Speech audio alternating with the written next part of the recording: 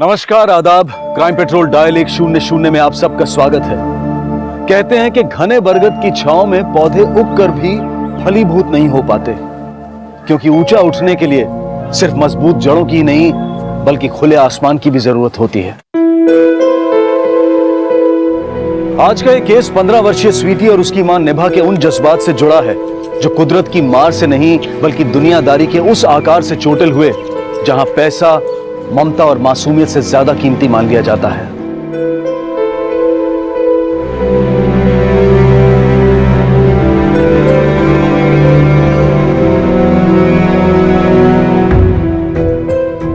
चलो अब तुम थोड़ी देर टीवी देखो और मैं मंदिर होके आती हूँ। ये लो।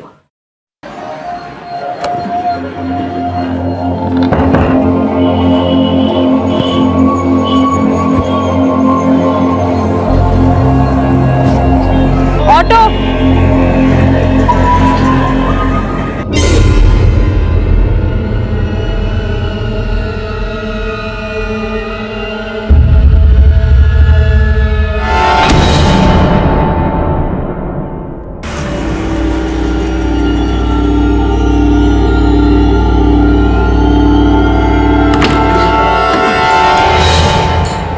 स्वीटी, व्हीलचेयर कहाँ गई? स्वीटी,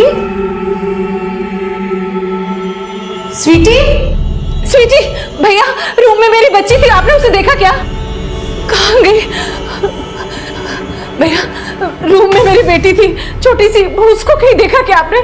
मैंने आपकी बेटी को नहीं देखा। लेकिन वो चल भी नहीं सकती, कहीं नहीं जा सकती, मैंने बाथरूम में भी देखा। वो व्हीलचेयर पर है। ठीक है मैम, हम पता करते हैं। एक मैं आप लोगों की रिस्पांसिबिलिटी है। घबराइए मत, हम पता करते हैं, अपने स्टाफ से पता करते हैं। आप अपने स्टाफ से पूछिए। आप देखिए। स्वीटी, भैया आपने स्वीटी को देखा क्या? ये सामने वाले रूम में थी।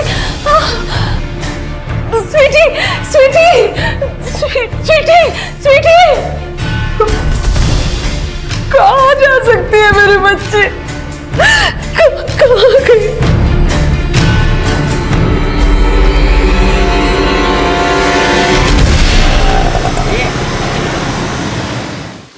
रोक दो भैया। पैसे।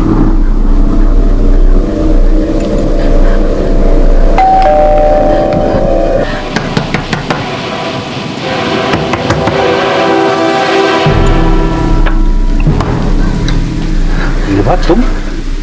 स्वीटी कहाँ है? स्वीटी यहाँ? शेखर, स्वीटी कहाँ है? हाँ मैं जानती हूँ तुम लोगों ने उसे। निभा, स्वीटी यहाँ नहीं है। कहाँ छुपाया है स्वीटी को? बोलो शेखर, कहाँ छुपाया है स्वीटी को तुमने? ये सब क्या? तू अब क्या हाय तौबा मचाने आ गई? स्वीटी कहाँ है? निभा, तुम्हारा दिमाग खराब हो गया है क्या? दिमाग खराब नहीं हो गया, मेरा खून खोलना है शेखर। ओ भगोड़ी बहू, जबान संभाल के बात कर। स्वीटी सिर्फ तेरी बेटी नहीं है, शेखर की भी बेटी है। ये क्या ड्रामा कर रही हो? ड्रामा मैं नहीं कर रही हूँ शेखर, तुम कर रहे हो। हाँ? पहले मेरी जिंदगी बर्बाद की, अब मुझे मेरी बेटी छीन लेना चाहते हो। बताओ मेरी बेटी कहाँ है? मैं जान लेना।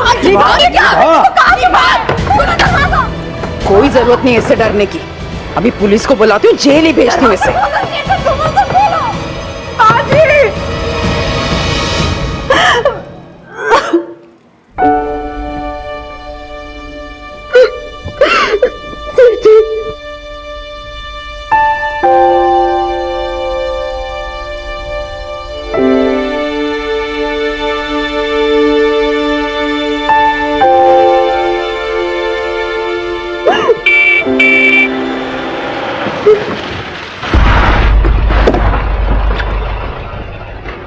आइए सर।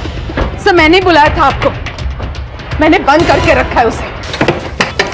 शेखर तुम इतना गिर सकते हो, मैंने सोचा भी नहीं था। सही है वो पागल मेरी बेटी को मारना चाहती थी। अरेस्ट कीजिए सर इसे। सर अरेस्ट मुझे नहीं, इन लोगों को कीजिए। इन्होंने मेरी बेटी को किडनैप किया और अब मुझे यहाँ बंद कर दिया था। अगर बंद नहीं करती ना तो मार डालती तू मेरे बेटे को। सर हमने स्वीटी को अगवा नहीं किया है, ये झूठा इल्जाम लगा रही है हम पर। ये स्वीटी है कौन? मेरी बेटी है सर, इन लोगों ने उसे गायब किया और अब अपना क्राइम से मारने के लिए मुझे फंसा रहे हैं। निभा, तुम्हें कोई बहुत बड़ी गलतफहमी हुई है। भला मैं अपनी बच्ची को क्यों अगवा करूंगा? शेखर झूठ मत बोलो। एक मिनट, आप दोनों मियां बीवी हैं?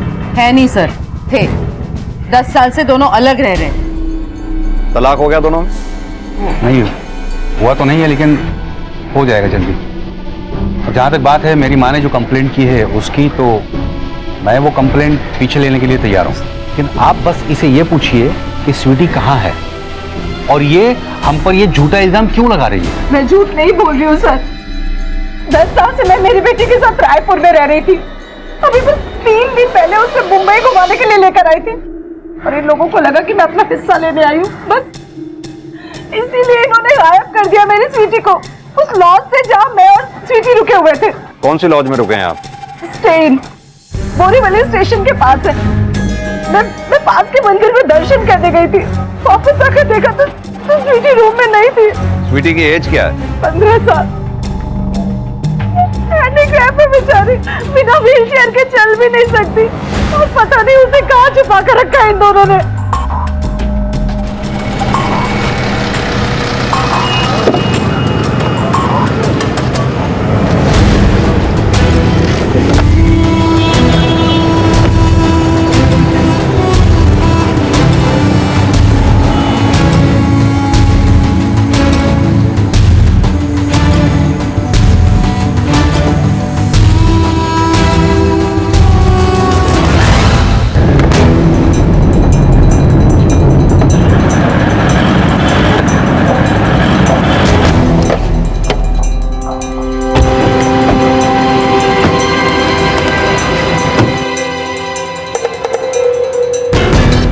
जी सर, ये और इनकी बेटी 3 दिन से यहीं रह रहे हैं, लेकिन हमें नहीं पता है कि इनकी बेटी अचानक कहाँ चली गई। ये कह रही हैं इनकी बेटी चल नहीं सकती और आप कह रहे हैं कि वो खुद कहीं चली गई। नहीं, मेरा मतलब था सर कि वो व्हीलचेयर तो चला लेती है ना, फिर वो कहाँ चली गई हमें नहीं पता है। सर, जब मैं बाहर गई थी तो स्वीटी यहाँ पर बैठकर टीवी देख रही थी और उसकी व्हीलचेयर यहाँ पर रखी थी। क्या स्वीटी खुद बेड से उठ के व्हीलचेयर पे बैठ सकती थी? नहीं सर, बिना किसी की मदद के तो नहीं बैठ सकती। स्वीटी खुद कहीं नहीं जा सकती, लेकिन उसे कोई लेके तो जा सकता है ना। स्वीटी की मदर के एब्सेंस में कौन आया था स्वीटी के कमरे में जो उसे ले गया? सर, हमने तो ये ध्यान नहीं दिया। दिव्यांग लड़की अपनी व्हील चेयर पे पूरी लॉज में से होके गुजर गई और किसी ने देखा तक नहीं। नहीं सर, एग्जैक्टली क्या है कि ये इनका कमरा है और ये देखिए सर, ये रिसेप्शन है। बिल्कुल समय नहीं लगता यहाँ से जाने में, और कई बार ऐसा होता है कि रिसेप्शनिस्ट अपने डेस्क पर नहीं होता है। सीसीटीवी कहाँ लगाया हुआ? सर, सीसीटीवी तो नहीं लगाया है। तुम्हें मालूम है सीसीटीवी के एब्सेंस में तुम्हारे लॉज का लाइसेंस कैंसिल हो सकता है? सर मालूम है, लेकिन हमारे कस्टमर ही बहुत कम है सर। तो क्या इनकी बच्ची तो गायब हो गई ना? क्या समझा जाए? इनकी बच्ची के गायब होने में तुम लोगों का हाथ है? अरे नहीं नहीं सर, हम अपने कस्टमर को क्यों गायब करेंगे? अरे आप लोगों ने कुछ नहीं किया तो मेरी बेटी गायब कैसे हो गई यहाँ से? हमें क्या पता है सर। सर, हमें तो ये भी नहीं पता कि ये अपनी बेटी को यहाँ छोड़ के गई भी थी कि नहीं। मतलब आप कहना चाहते हैं कि मैं झूठ बोल रही हूँ? सर, मुझे कहना तो नहीं चाहिए, लेकिन ये अपनी बेटी से बहुत बुरी तरीके से झगड़ रही थी। कल मैं इनके कमरे के बाहर से गुजरा तो आवाजें आ रही थी। मैं थोड़ी देर के लिए रुक गया तो सुना कि अपनी बेटी पे चिल्ला रही थी। तुझे पालते पालते मेरी जिंदगी गुजर गई, हाथों के नीचे गड्ढे आ गए, पर तू अपनी दादी और बाप की तरह खुद गर्ज निकली। अरे अब रो क्या रही है? गलत कहा मैंने क्या? झूठ क्यों बोल रहे हो तुम? क्यों झूठ बोल रहे हो तुम? छोड़िए। सर, मैं कह रही हूँ ये झूठ बोल रहा है। अब मैं समझ गई कि ये किसके सिखाने पर ऐसा कुछ कह रहा है। सर, शेखर और इसकी माँ ने इसे पैसे दिए। निभा इनफ, मैं सुने जा रहा हूँ, इसका मतलब ये नहीं कि तुम कुछ भी बोल दो। मैं भी अपने खिलाफ झूठ नहीं सुनूंगी शेखर। सर, अब मुझे कंफर्म हो गया कि शेखर के साथ साथ ये मैनेजर भी मिला हुआ है और इसे पता है मेरी स्वीटी कहाँ है। बोलो ना, मेरी स्वीटी कहाँ है? देखिए मैम, ना मैंने पैसे लिए हैं और ना ही मैं झूठ बोल रहा हूँ सर। जो मैंने सुना वो मैंने बता दिया। सर, मैं कह रही हूँ ये झूठ बोल रहा है। ऐसा कुछ हुआ ही नहीं जो ये बोल रहा है। सर, मैं कह रहा हूँ कौन झूठ बोल रहा है कौन सच बोल रहा है हम सब पता लगा लेंगे। एक बात ध्यान रखना, अगर हमें पता लगा कि स्वीटी के गायब होने में तुम लोगों का हाथ है, अच्छा नहीं होगा। सर, 7 साल से इस लॉज का मैनेजर हूं मैं, कभी कोई कंप्लेन नहीं आई। आप चाहे तो पता कर लो। पता तो हम कर ही लेंगे। अपनी लॉज के पूरे स्टाफ को यहाँ बुलाओ। जी सर। पाटिल, लॉज की अच्छी तरह से तलाशी लो, एक एक रूम को छान मारो। सर। अनिल सर। भैया 3 चपाती। हाँ। और पनीर टिक्का मसाला और मिक्स वेज। एक पनीर टिक्का मसाला और एक मिक्स वेज।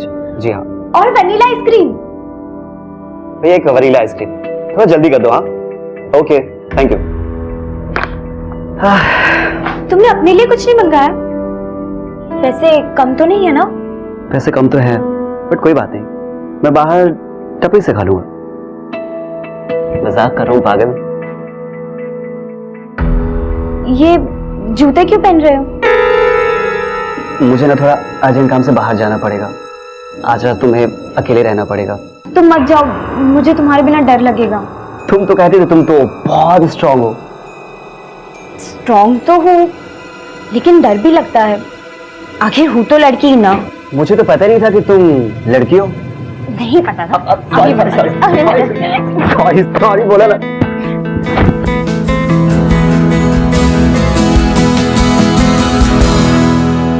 मत जाओ ना प्लीज। मैं जल्दी आने की कोशिश करूंगा। Please take care.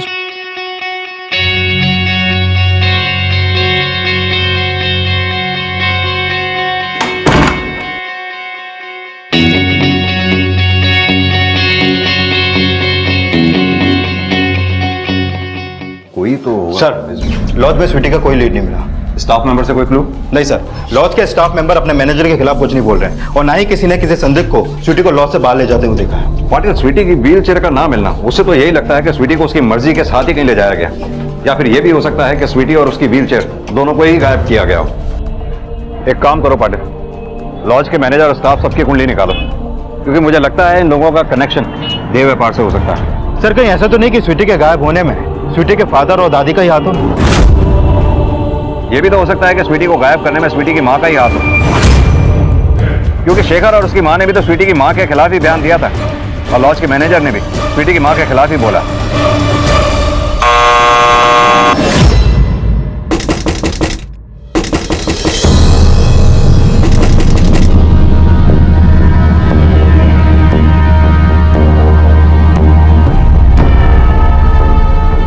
कौन है? Room service.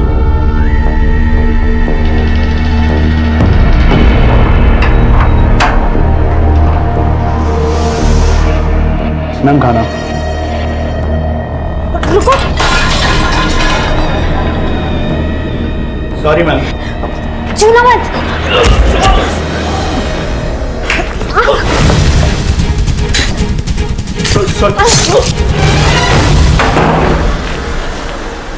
हमेशा व्हीलचेयर पर रहने वाली स्वीटी का अचानक एक लॉज से गायब हो जाना अभी तक तो रहस्य बना हुआ था, लेकिन वो लड़की कौन थी जो एक दूसरी लॉज से रूम सर्विस बॉय का मर्डर करके भाग गई थी? ये दोनों घटनाएं ऐसे इत्तेफाक से जुड़ने वाली थी कि तय कर पाना मुश्किल था कि कौन, क्यों और कैसे क्या साजिश रच रहा है। स्वीटी का कुछ पता चला? नहीं, लेकिन बेचारी निभा का रो रो के बहुत बुरा हाल हो रहा है। उसका बस चले ना शेखर, तो हमें बेच खाए वो। माँ, अब वो जैसी भी है तो आखिर एक माँ ही। लगता है शेखर उसने अपने माया जाल में तुझे फिर से फंसा लिया है ना? देख, स्वीटी कहीं नहीं गई है, किसी ने उसे कहीं छुपाया होगा, और यहाँ तेरी झूठी सहानुभूति हासिल करके तेरी जेब काटने का प्लान कर रही है। मुंबई भी ना इसी मकसद से आई होगी वो। ऐसा कुछ नहीं है। ऐसा ही है। और देख, अगर वो पैसे मांगे ना तो देना मत। ऐसे क्या देख रहा है? मैं जो बोल रही हूँ वो बात समझ में आ रही है कि नहीं? मुझे समझ में नहीं आ रहा है कि आपको स्वीटी की जरा भी फिक्र नहीं है। कहना क्या चाहता है तू? कहीं आप नहीं स्वीटी को? क्या? मेरा मतलब है, स्वीटी के इलाज के लिए मुझे निभा को हर महीने पैसे देने पड़ते थे, कहीं उसी वजह से आपने? ऐसा कुछ नहीं है शेखर, और जहां तक स्वीटी का सवाल है तो मैं भूल चुकी हूँ कि मेरी कोई पोती भी है। और अगर पोता होता तो भी यही कहती आप?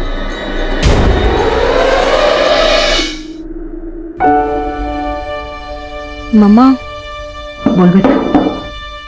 आपने कहा था दादी को पोता चाहिए था। एक बात पूछूं? पूछो। अगर मेरे आने से आपके पापा और दादी की लाइफ में प्रॉब्लम आनी थी तो अब मुझे भी पैदा नहीं करते। पता नहीं कि मैं माँ कैसी हूँ, पर इतना जरूर पता कि मैं तेरे बिना जी नहीं सकती, नहीं जी सकती। आइंदा से ऐसा कहना भी मत, सोचना भी मत, समझे? कभी नहीं।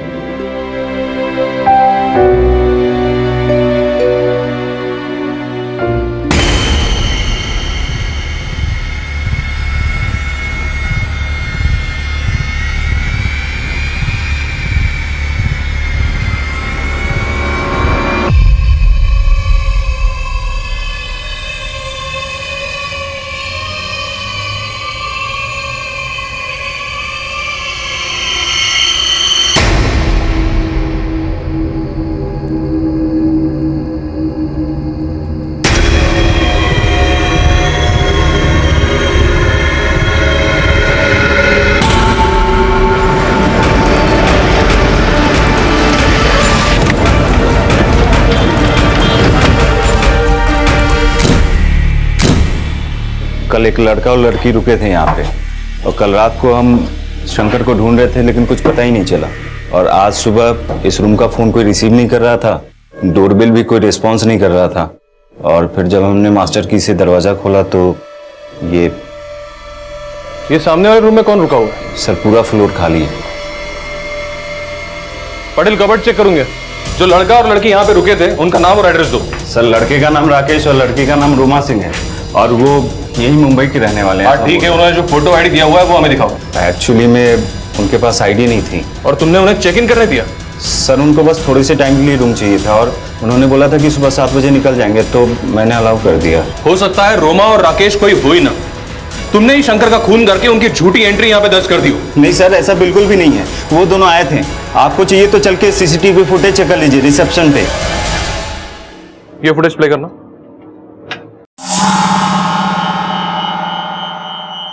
पॉज करो। इसका मतलब ये लड़का इस लड़की को यहाँ लेकर आया, और ये कैप और चश्मा इस लड़के ने उसकी आइडेंटिटी छुपाने के लिए पहना होगा। प्ले करो।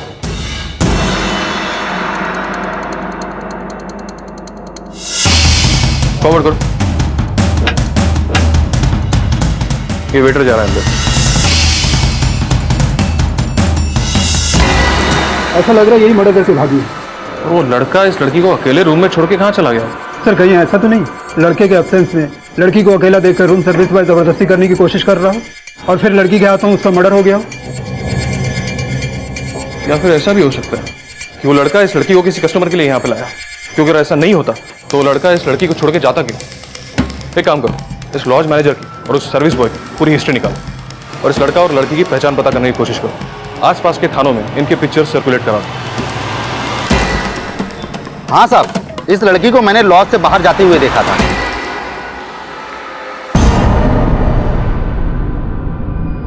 हाँ तो हो सकता है Anit sweetie stay in lodge के बाहर व्हील चेयर पे अकेले घूम रही थी, उसे किसी ने अकेले देखा और उसे किडनैप कर लिया। लेकिन सर पूछताछ में से कुछ सामने नहीं आया। पूछताछ जारी रखो, हो सकता है लीड मिले। सर कल मलाड के राजभोग लॉज में एक रूम सर्विस बॉय का मर्डर हुआ था। उसके मर्डर में ये लड़की सस्पेक्ट है। ये तो बिल्कुल स्वीटी जैसी लगती है, मामूली सा ही फर्क है। लेकिन उस लॉज में इस लड़की के साथ एक लड़के को भी देखा गया था। ये उसकी फोटो सर इन दोनों ने वहां पर कल दोपहर 3 बजे चेक इन किया था। इस लड़के ने वहां पर अपना नाम राकेश सिंह और लड़की ने रोमा सिंह लिखवाया था। जब स्वीटी ने अपना नाम बदल के रोमा सिंह लिखवाया है तो इस लड़के ने भी हो सकता है नाम गलत ही लिखवाया हो सकता है सर, लेकिन हमें बताया गया था कि स्वीटी बिना व्हील चेयर के नहीं चल सकती। अगर रोमा को स्वीटी माना जाए तो एक बात अटपटी है सर। क्या? इस लड़की रोमा को उस लॉज में दोनों पैरों से चलते हुए देखा गया है। पटेल, रोमा और स्वीटी का एक दूसरे से चेहरा मिलना और रोमा का उसी दिन लॉज में चेक इन करना जिस दिन स्वीटी गायब हुई थी, इत्तेफाक तो नहीं हो सकता। जरूर कुछ ऐसा है जो हमसे छिपाया जा रहा है। इस स्वीटी के माँ बाप को बुलाओ। सर पिछले 12 साल से स्वीटी के पैर खराब हैं और आप कह रहे हैं कि मैं झूठ बोल रही हूँ। ऐसा क्या हुआ था स्वीटी के पैरों में जो वो चल नहीं सकती? जब वो 3 साल की थी उसके पैरों पर अलमारी गिर गई थी, तब से उसके पैर खराब है। हाँ ये सच है कि स्वीटी चल नहीं सकती थी, लेकिन आपको ऐसा क्यों लग रहा है कि इसमें कुछ झूठ है? क्योंकि ये लड़की कल रात राजभोग लॉज में अपने दोनों पैरों पर चलती हुई देखी गई। और इतना ही नहीं, लॉज के रूम सर्विस बॉय का इसने कत्ल किया और कत्ल करके भाग गई। सर आपको किसने कहा कि ये स्वीटी है? क्योंकि इसकी शक्ल स्वीटी से मिलती है। सर माना कि दोनों की शक्लें मिल रही है, लेकिन ये स्वीटी नहीं है। जरा गौर से देखिए, अगर ये स्वीटी नहीं है तो फिर कौन है जो मर्डर करके भाग गई? मुझे क्या पता सर, जब स्वीटी चल ही नहीं सकती तो वो किसी का मर्डर करके भाग कैसे सकती है? फिर तो आप इसे भी नहीं पहचानती होंगी कि ये कौन है। ये क्या है सर? मैं यहाँ मेरी बेटी के लिए परेशान हूँ और आप किसी का भी फोटो दिखाकर कह रहे हैं कि मेरी बेटी किसी का मर्डर करके भाग गई है। आप हमसे कुछ छिपा तो नहीं रही ना? नहीं सर, देखिए कुछ गलतफहमी हो रही है। सर स्वीटी दिव्यांग है लेकिन साथ में भोली भी है, और ऐसी बच्ची किसी का मर्डर कैसे कर सकती है?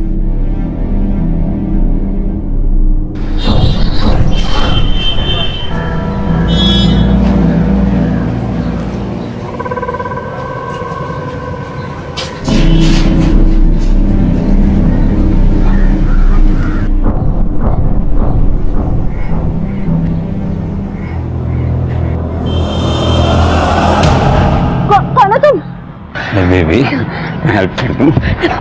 दूर हटो। सर मैंने स्टेन लॉज के मैनेजर के कॉल रिकॉर्ड चेक किया और उसके बारे में भी पता किया, लेकिन कुछ भी सस्पिशियस सामने नहीं आया। सबसे ज्यादा सस्पिशियस तो यह है पाटिल कि ये रोमा और स्वीटी वाकई दो अलग अलग लड़कियां हैं, या फिर स्वीटी के बारे में जो भी हमें इंफॉर्मेशन दी गई है वो झूठ है। ये स्वीटी के माँ और बाप दोनों पर ही विश्वास नहीं किया जा सकता। दोनों पे नजर रखो। सर,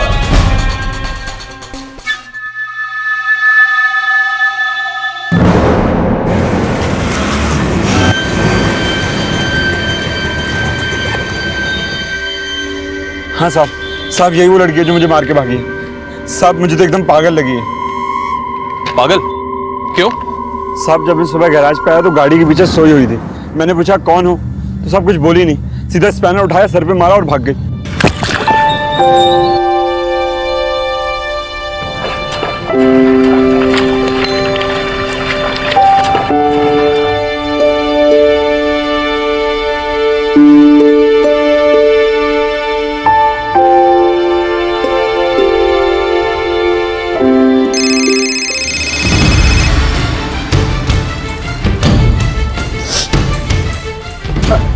हेलो,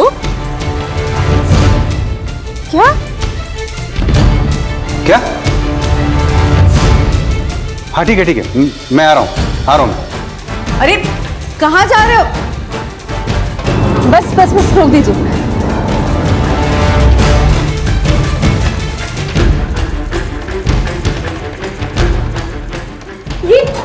ये कर क्या रहे हैं आप लोग? तलाशी ले रहे हैं। तलाशी? आप ऐसे कैसे मेरा सामान छू सकते हैं? क्योंकि हमें यकीन है कि वो लड़की स्वीटी ही थी जो राजभोग लॉज से मर्डर करके भाग गई थी। सर आप फिर से ये सब? जी हाँ, फिर से, क्योंकि उसने फिर से एक आदमी को घायल किया और वहां से भाग गई। सर हमने कितनी बार कहा थी स्वीटी चल नहीं सकती है, फिर भी आप बार बार वो भाग गई कहे जा रहे हैं। आपके पास कोई प्रूफ है कि स्वीटी चल नहीं सकती? प्रूफ चाहिए ना आपको? जी देती हूँ प्रूफ। ये देखिए उसकी मेडिकल रिपोर्ट्स, देखिए।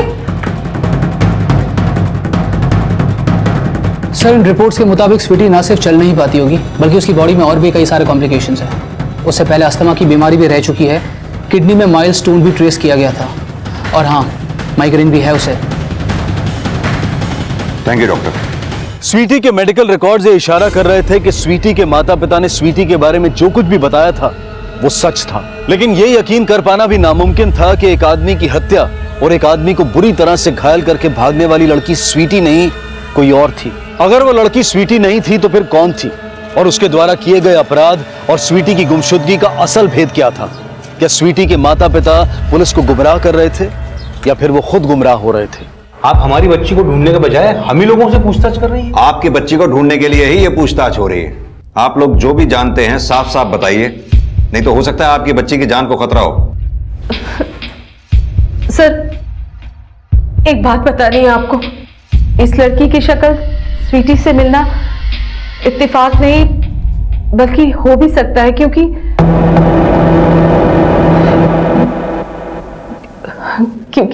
क्योंकि एक बात है जो मैंने आज तक किसी को नहीं बताई। कौन सी बात? 15 साल पहले मैंने जुड़वा बेटियों को जन्म दिया था। मतलब आप ये कहना चाहती हैं कि 15 साल पहले आपने जुड़वा बच्चियों को जन्म दिया और ये बात आपके पति को ही नहीं पता? मेरी डिलीवरी मायके में हुई थी, रायपुर में। ये तो हॉस्पिटल में मुझे देखने तक नहीं आए थे, और इनकी मां को पोता चाहिए था, और मैंने दो बेटियों को जन्म दिया था। मेरी समझ में नहीं आ रहा था कि मैं करूं क्या। बस मैंने अपनी ममता का गला घोटकर अपनी एक बेटी हॉस्पिटल के एक नर्स को दे दी, बस। कौन थी वो नर्स? शिखा नाम था उनका। मैं इससे ज्यादा उनके बारे में नहीं जानती हूँ, और उसके बाद ना मैं उनसे कभी मिली, ना ही कभी बात करने की कोशिश की। और सर मैं ये भी नहीं जानती कि ये लड़की स्वीटी की बहन है भी या नहीं।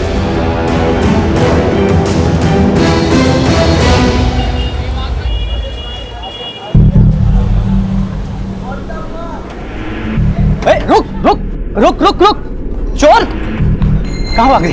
चुप, रुक रुक, कहाँ रही है? मुंह से के भाग गया। चुप। तेरी तो। सर क्या लगता है स्वीटी की माँ ने कोई गुगली फेंकी या वाकई में उसको जुड़वा बेटियां हुई थी? पाटिल, अगर ये निभा झूठ बोल रही है तो इसका झूठ ज्यादा देर तक टिक नहीं पाएगा। लेकिन हाँ, अगर ये सच बोल रही है तो पता यह करना होगा कि स्वीटी के गायब होने का राज क्या है और ये लड़का कौन है।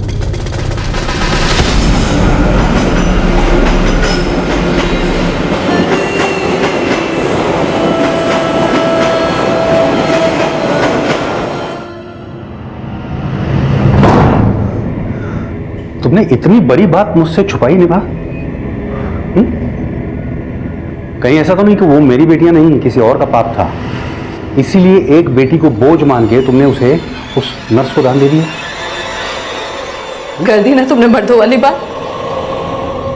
मैं हमेशा सोचती थी कि हमारे बीच कोई भी रिश्ता है, प्यार, मोहब्बत, नफरत, दोस्ती, इश्क, कोई भी रिश्ता हो, पर तुम मुझे कभी बेवकूफ नहीं समझोगे। लो, तुमने ये भी कसर पूरी कर दी। बस बस चले जाओ तुम यहां से। नहीं चाहिए मुझे तुम्हारी कोई मदद। नहीं फैलाऊंगी मैं तुम्हारे सामने कभी हाथ। वैसे भी जिसके लिए हाथ फैलाते थे जब कोई नहीं है तो फिर। प्लीज ऐसा सोचना भी मत। कुछ नहीं होगा हमारे स्वीटी को, कुछ नहीं होगा। अजीब हो तुम्हें शेखर, अभी तुम उसे नाजायज कह रहे थे, अब हमारी स्वीटी। तलाक चाहिए ना तुम्हें?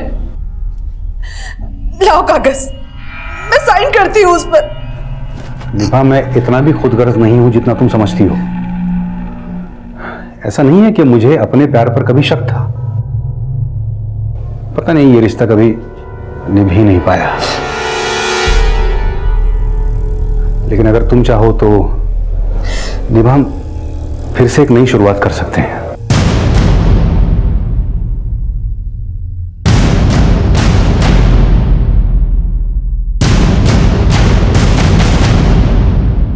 अगर ये लड़की वाकई में स्वीटी की जुड़वा बहन थी तो सवाल ये उठ रहे थे कि स्वीटी अब तक कहां थी। अगर स्वीटी की मां का बयान सच था तो इसका प्रमाण क्या था, और अगर वो झूठ बोल रही थी तो इसके पीछे एक मां का मकसद क्या था। इस केस में फिलहाल कोई स्ट्रॉन्ग थ्योरी नहीं बन पा रही थी, और उस लड़की द्वारा की गई एक और घटना के बाद अब तक सामने आए सभी केसेस बोरीवली पुलिस को सौंप दिए गए।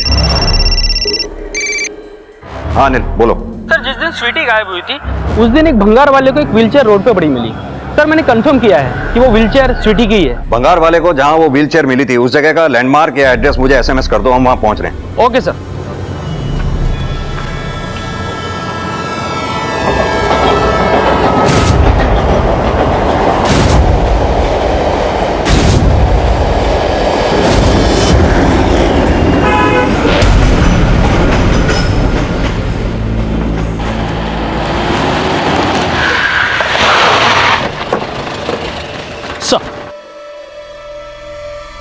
सर, यहाँ ये जगह पे व्हीलचेयर पड़ी मिली सर, लेकिन आसपास किसी ने स्वीटी को नहीं देखा। सर ये जगह स्टे इन लॉज से ज़्यादा दूर नहीं है। सर अगर मान लिया जाए कि स्वीटी की बहन रोमा और उस लड़के राकेश ने मिलकर स्वीटी को किडनैप किया है, तो किडनैपिंग जरूर यहीं पर हुई होगी। आसपास अच्छी तरह से पूछताछ करो, शायद किसी ने कुछ देखा हो। जहां जहां सीसीटीवी है सबकी फुटेज चेक करवाओ। और हाँ अनिल, वो चाय वाले की टपरी कहाँ है जिसने स्वीटी को व्हीलचेयर पे देखा था? सर, स्टे इन लॉज के बाजू में ही।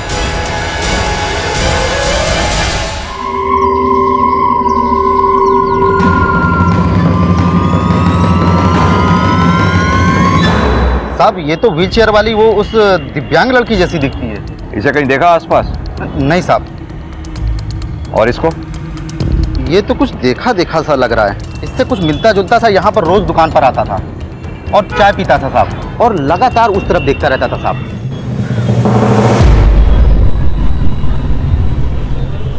साहब आपकी चाय।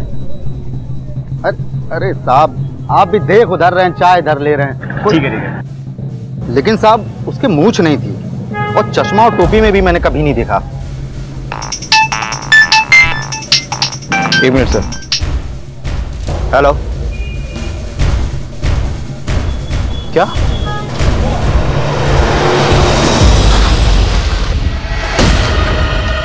सर ऊपर।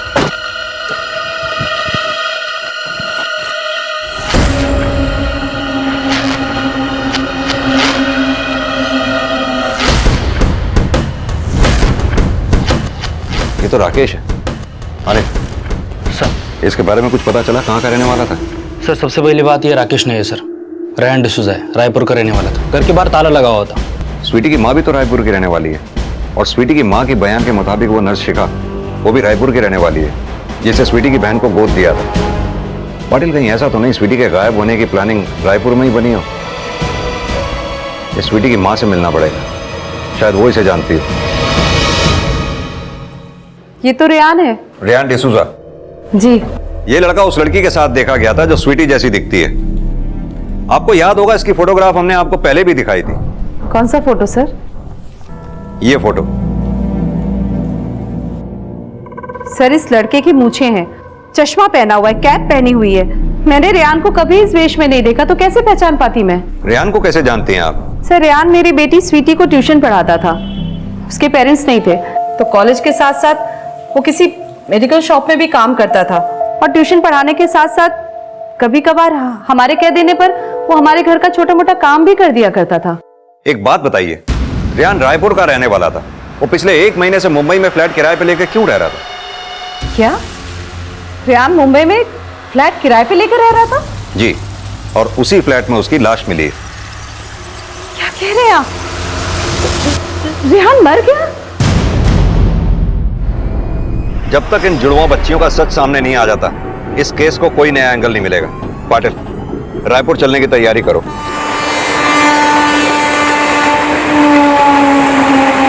इस केस में आगे बढ़ने से पहले पुलिस निभा के उस बयान की पुष्टि करना चाहती थी जिसमें उसने कहा था कि उसने स्वीटी की जुड़वा बहन को रायपुर के एक हॉस्पिटल की नर्स शिखा को गोद दे दिया था। लेकिन जब पुलिस रायपुर पहुंची तो पता चला कि जिस हॉस्पिटल का नाम निभा ने उन्हें बताया था वो हॉस्पिटल सालों पहले ही बंद हो चुका था, पर पुलिस ने जल्द ही उस नर्स शिखा का पता लगा लिया।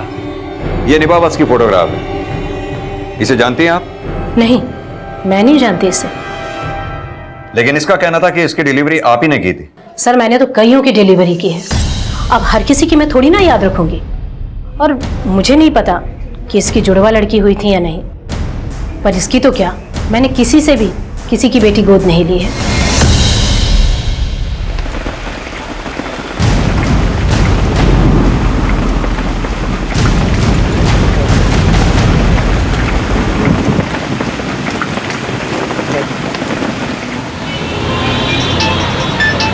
Excuse me sir.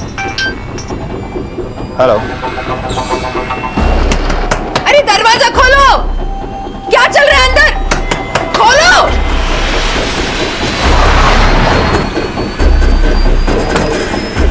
सर वो मैं बहुत देर से दरवाजा खटखटा रही हूँ, कोई खोल नहीं रहा है। पाटिल, दरवाजा तोड़ो।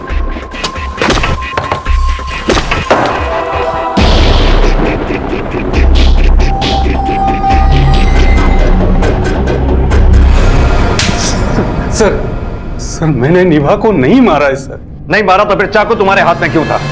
सर मैं बाहर से घर लौटा तो दरवाजा कोई खोल नहीं रहा था, इसलिए मैंने जब अपनी चाबी से दरवाजा खोला तो निभा खून में लथपथ पड़ी।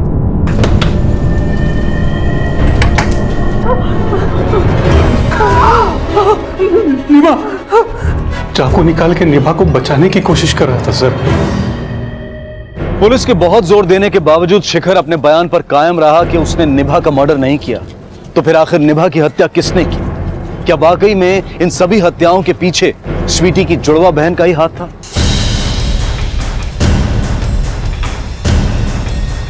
पाटिल, जो औरत जुड़वा बच्चियों की झूठी कहानी बना सकती है वो औरत झूठी मेडिकल रिपोर्ट भी बनवा सकती है। पाटिल, मुझे लगता है कि हमें फिर से रायपुर जाना पड़ेगा। सर जो मेडिकल रिपोर्ट हमें दिखाई गई थी उससे तो साफ है कि स्वीटी चल ही नहीं सकती है। हमें उस हॉस्पिटल से डेटा निकलवाना होगा जहां निभा की डिलीवरी हुई थी, तभी इन जुड़वा बच्चियों का सच सामने आ पाएगा। और उससे पहले उस मेडिकल शॉप पर भी चलना होगा जहां रेहान काम किया करता था।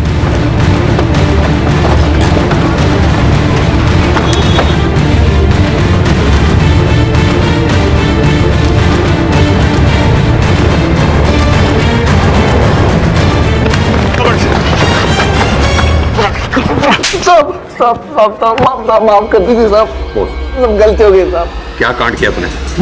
साहब मैं और रेहान नकली मेडिकल सर्टिफिकेट बनाते थे साहब। हमने एक सेट के लिए काम किया, उसने 4 लाख रुपए दिए साहब हमको। अब यहाँ पैसे लेके भाग गया साहब मेरे। उस लड़की के चक्कर में मुझे धोखा दिया साहब उसने। कौन लड़की? स्वीटी नाम है साहब उसका। पहले से भगा के ले जाना चाहता था साहब, फिर मुझे पता चला कि रियान मुंबई में है। सर मैं उसके घर जाके पहुंचा। संजय बात करने दोस्त। हाँ अंदर आना।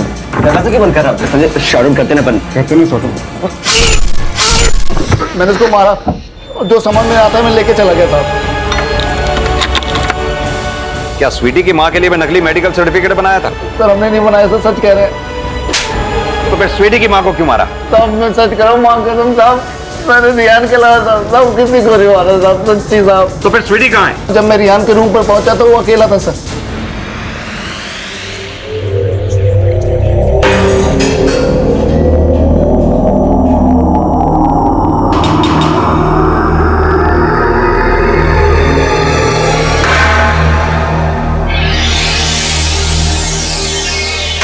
सर ये निभा की डिलीवरी रिपोर्ट।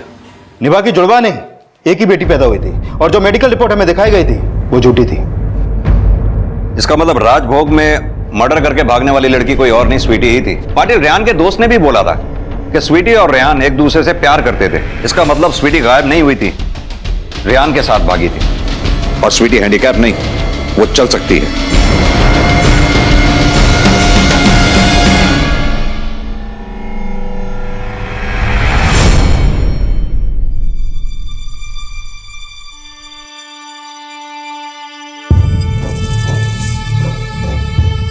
अगर स्वीटी रेहान के साथ भागी थी तो फिर रेहान स्वीटी को लॉज में अकेले छोड़कर क्यों गया? और स्वीटी की मां निभा के मर्डर का क्या राज है? क्या निभा ये जानती थी कि स्वीटी चल सकती है?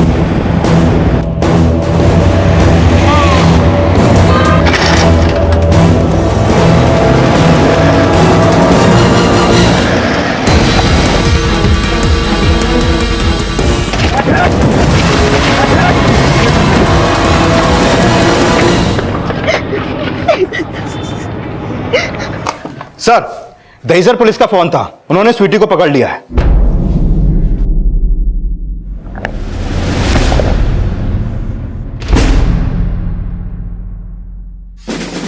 जब मैं 3 साल की थी तब एक एक्सीडेंट हुआ था जिसमें घर में रखी पुरानी अलमारी मेरे पैर पर गिर गई। मेरे पैर की हड्डियां टूट गई और मुझे उस व्हीलचेयर पर बैठना पड़ा। लेकिन मम्मा ने मुझे कभी उस व्हीलचेयर से उठने ही नहीं दिया, क्योंकि मेरे इस हालत के कारण मेरे पापा मेरा कुछ ज़्यादा ही ध्यान रखने लगे थे।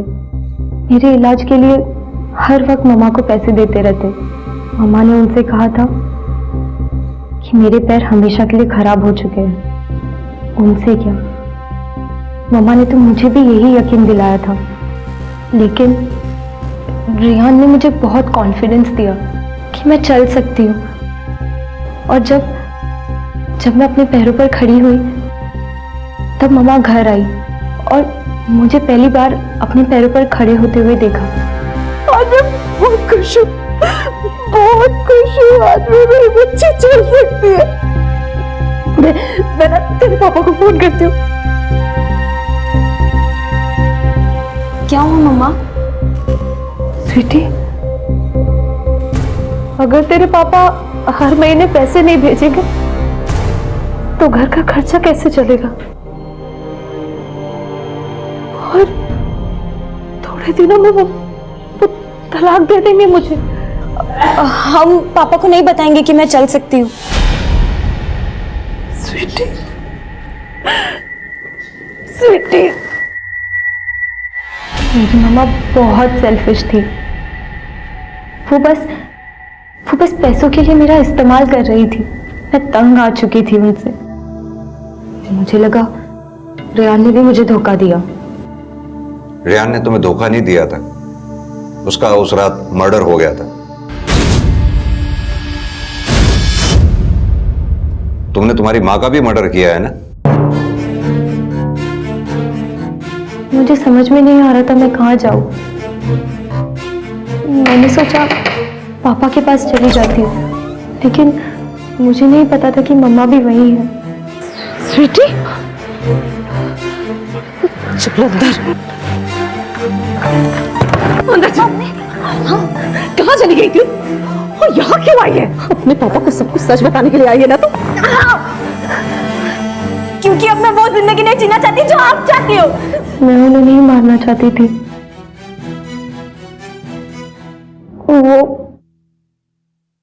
वो मुझे मारना चाहती थी।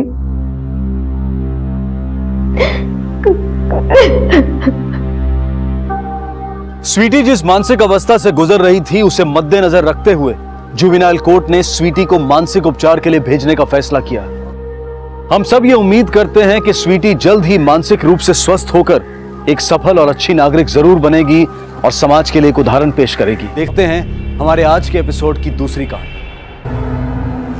देख बेटा, तेरे साथ अब तक जो कुछ भी हुआ है ना, उसके लिए सिर्फ मैं ही कसूरवार हूं। मेरी कमजोरी की वजह से, मेरी चुप्पी की वजह से इतना कुछ हो गया। ये ले, तुझे मुझे सजा देनी है ना, दे ले मुझे सजा, जितनी चाहे सजा दे ले, लेकिन घर वापस आ जा बेटा, घर वापस। आपको क्या लगता है मेरे घर वापस आने से, आपको सजा देने से मेरे और सीमा के साथ जो कुछ हुआ है वो सब बदल जाएगा? नहीं बेटा, लेकिन आगे की जिंदगी तो हम ठीक से बिता सकते हैं ना। पापा, मेरी और आपकी जिंदगी में बोझ इतने ज्यादा है कि एक साथ एक ही घर में हम लोग अपनी जिंदगी नहीं चला सकते। भैया, आप तो अपनी फैमिली के बिना नहीं रह पाते थे ना। प्लीज मेरे साथ घर चलिए भैया। भाभी समझाइए ना भैया को, शायद आपकी बात मान ले। हाँ बहू, समझाना इसे, और मैं तुझसे भी माफी मांगता हूँ। गलती किससे नहीं होती, लेकिन माफ करके रिश्तों को तो बचाया जा सकता है ना। कुछ गलतियां माफी के लायक नहीं होती, और ना उस सजा के जैसी आप चाहते हैं।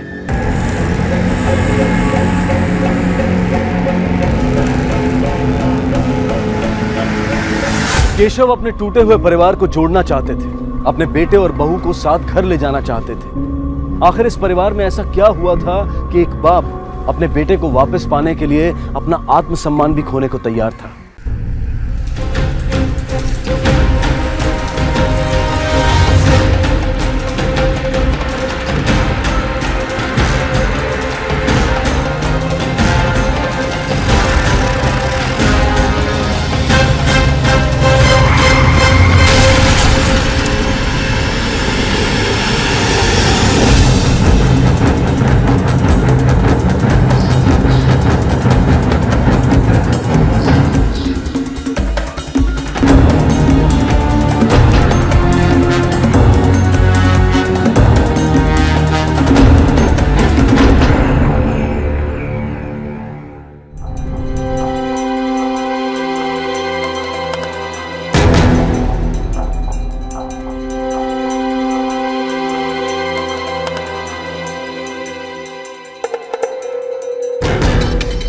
सर, गाड़ी बिल्कुल भी अपने कंट्रोल में नहीं थी। पता नहीं सर, चलते चलते अचानक से रॉन्ग साइड पर आ गई। ये तो उनकी किस्मत अच्छी थी कि टेम्पो से टकराने से बच गई। ठीक है, पीछे आओ, 1 मिनट।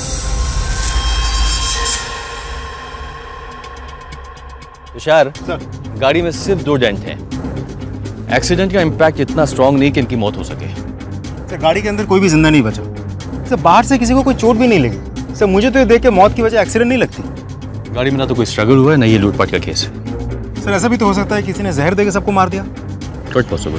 तुम एक काम करो, ये बॉडीज को पोस्टमार्टम के लिए भेजो, ठीक है? और फॉरेंसिक को इन्फॉर्म करो सर। और ये गाड़ी को पुलिस स्टेशन लेकर आओ। सर, गाड़ी के अंदर से मोबाइल फोन और पर्स मिला।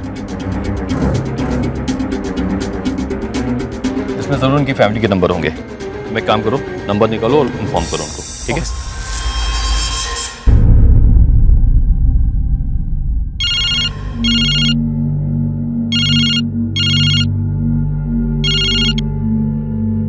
हेलो, कौन?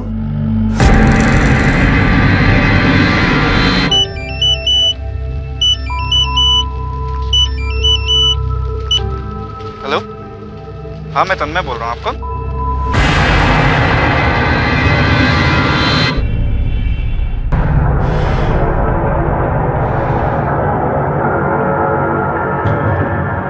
सविता, संजय भैया।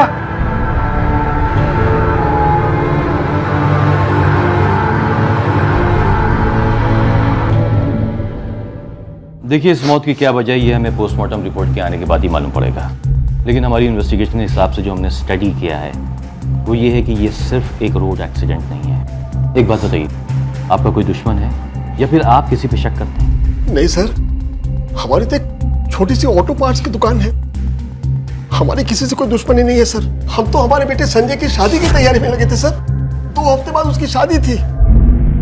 जी हाँ सर, और इसी सिलसिले में संजय भैया और माँ हमारी होने वाली भाभी और उनकी माँ को लेकर गुना से भोपाल आ रहे थे सर। क्यों? सर हम चाहते थे कि हमारी बहू की शादी की खरीदारी हम उसकी पसंद से ही करें, इसीलिए उन्हें भोपाल ले आ रहे थे सर।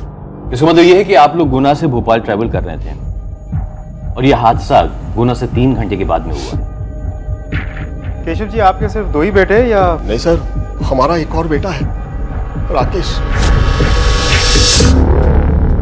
वो अपनी पत्नी के साथ पुराने भोपाल में रहता है। तो आपने उसे खबर करने की कोशिश नहीं की? नहीं सर, अभी अभी तो आप लोगों का फोन आया और हम भागते हुए यहाँ चले आए। सर आखिर किसने किया होगा सर ये? देखिए, किसने किया, कैसे हो, ये हम पता लगाने की कोशिश कर रहे हैं। एक बार काजल की फैमिली गुना से यहाँ आ जाती है तो हमें सारी पिक्चर क्लियर हो जाएगी।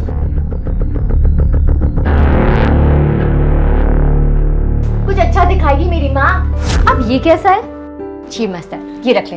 ओह, सारे अच्छे अच्छे कपड़े रख लो। जीजू को इम्प्रेस करना है? तू ना चुप कर। मैं चुप हो गई मेरी प्यारी दीदी। जब आप 2 हफ्ते बाद चली जाओगी तो मेरी आवाज सुनने को कहाँ मिलेगी? काजल, ये तुम्हारे सारे कपड़े मैंने प्रेस करवा दिए। मैं बैग। माँ जी, रास्ते के लिए कुछ बना दूं? अरे नहीं, रहने दो।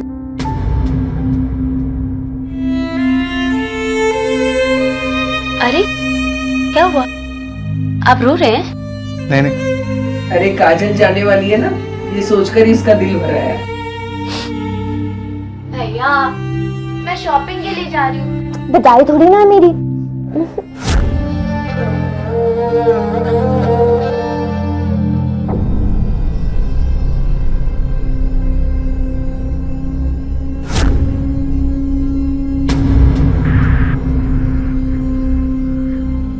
मैं आप लोगों के दुख को अच्छी तरह से समझ सकता हूं। पोस्टमार्टम की रिपोर्ट अभी तक नहीं है, लेकिन एक बात कंफर्म है कि उन चारों में से किसी को भी एक्सटर्नल इंजरी नहीं हुई है और हमें ये शक है कि ये सिर्फ एक रोड एक्सीडेंट नहीं है। आप लोग बता सकते हैं कि वो कौन इंसान है जो आपकी फैमिली को मारना चाहता है? सर ऐसा तो कोई भी नहीं है सर। सर किसी से कोई झगड़ा नहीं था और घर में छोटी मोटी बातें तो चलती रहती है सर। उसके लिए कोई किसी की जान तो नहीं ले लेता ना सर। 2 हफ्ते बाद दीदी की शादी थी, घर में सब बहुत खुश थे और अब ये हो गया।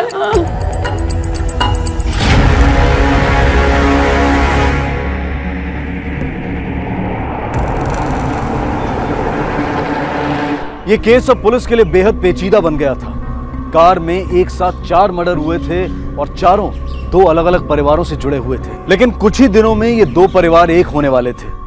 काजल और संजय की शादी होने वाली थी।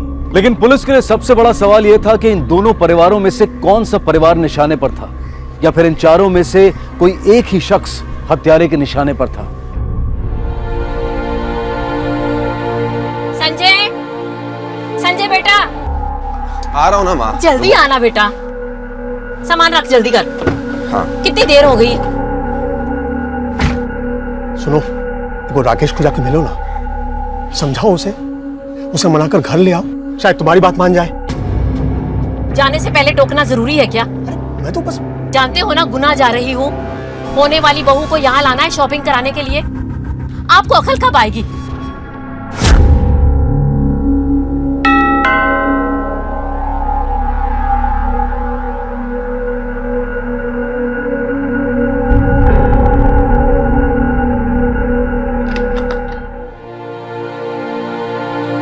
तुम तेरी माँ जो जीते जी ने कर पाई, उसके जाने के बाद हो गया। बहुत अच्छा किया बेटा।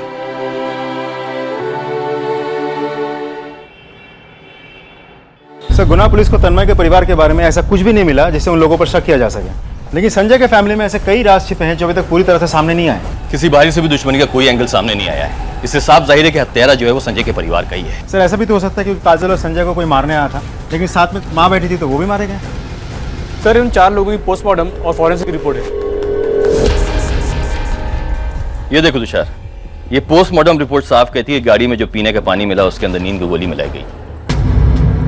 गाड़ी में जितने भी लोग बैठे थे उनकी मौत दम घुटने की वजह से हुई, क्योंकि गाड़ी के अंदर कार्बन मोनोऑक्साइड गैस लीक हो रहा था। हमें क्राइम सीन पे ये पता नहीं चला क्योंकि ये एक ऑर्डरलेस गैस है। Sir if I am not wrong, ये गैस तो कार के एसी लीक होने पे बनती है। इसका मतलब ये है कि गाड़ी के साथ किसी ने छेड़छाड़ की। अब मुझे यकीन हो गया कि ये एक मर्डर ही है। लेकिन सर एक बात समझ में नहीं आ रही, अगर ये मर्डर ही है तो विक्टिम तो दो अलग अलग शहर से हैं, दो अलग अलग परिवार से हैं, सबको एक साथ मारने की कोशिश कोई क्यों करेगा? तो शायद टारगेट एक ही परिवार होगा, बाकी लोग जो मरे हैं वो गलत वक्त पर उनके साथ में थे। सर ऐसा भी तो हो सकता है कि टारगेट कोई एक था, लेकिन सब एक साथ थे तो सब मारे गए। But possible. तुम एक काम करो, किसी अच्छे से मैकेनिक को बुला के गाड़ी चेक करवाओ, खासकर उसका एसी।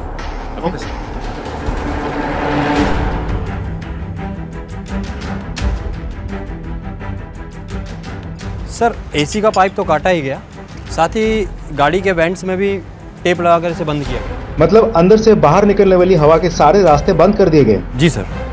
और सर इस कंडीशन में अगर एसी चालू रहती है तो गाड़ी के अंदर जहरीली गैस बनती रहती है। इसका मतलब यह है कि किसी ने वेंट को अच्छी तरह से टेप किया, उसके बाद में एसी का पाइप काटा ताकि आराम से गैस गाड़ी के अंदर जा सके। फिर किसी ने पानी की बोतल ली और उसमें नींद की गोली मिला दी।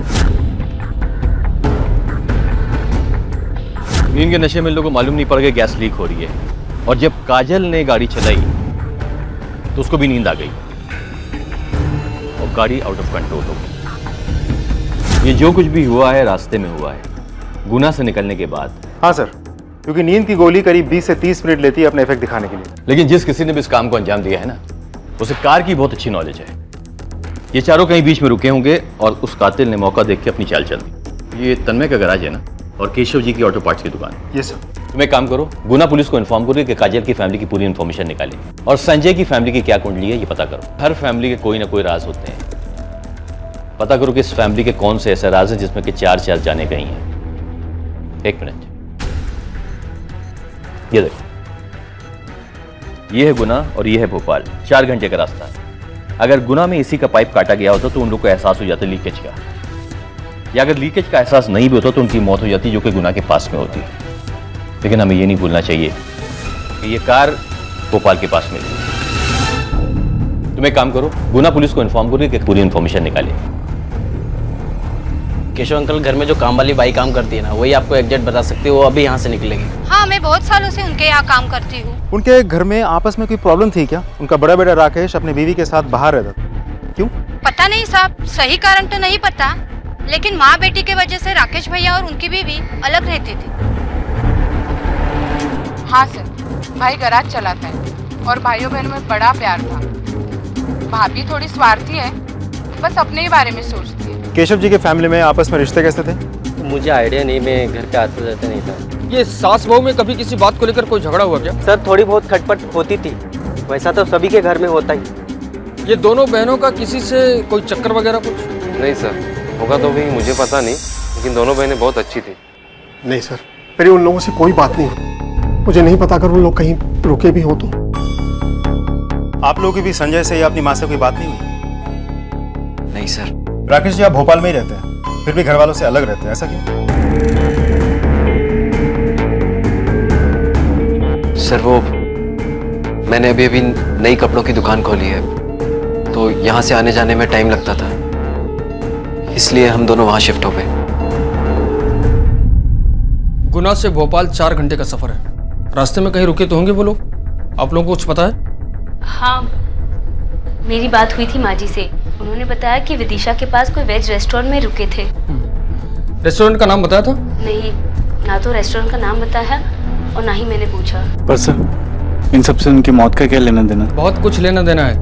भोपाल पुलिस से पता चला है कि कार के एसी पाइप को कट किया गया था, सारे वेंट्स बंद किए गए थे, जिसकी वजह से उनकी मौत हुई थी। लेकिन इससे तो सर गाड़ी में जहरीली गैस फैल जाएगी। अच्छा, तुम्हें इतनी नॉलेज कैसे है? सर गैराज चलाता हूँ, इतना तो पता ही हो। पर सर उन्हें संजय जीजू की कार घर के बाहर पार्क थी, तो बाहर से आके कोई एसी का पाइप कैसे? देखिए, गाड़ी के साथ जो भी छेड़छाड़ हुई है वो रेस्टोरेंट के आसपास ही हुई होगी, यहाँ नहीं। मोहन, भोपाल पुलिस को खबर करो कि वो लोग विदिशा के पास किसी वेज रेस्टोरेंट पे रुके हुए थे।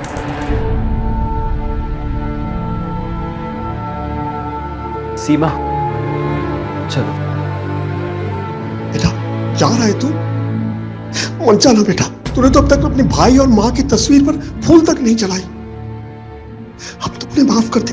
पापा, ये दिखावे के लिए चौथे की रस्म करके उनकी तस्वीरों पे फूल चढ़ा के आपको क्या लगता है जो कुछ हुआ इसको बदला जा सकता है?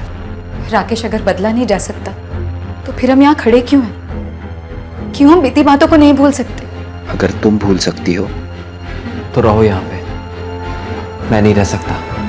भैया रुक जाइए। रुक जाओ ना बेटा। बेटा राकेश,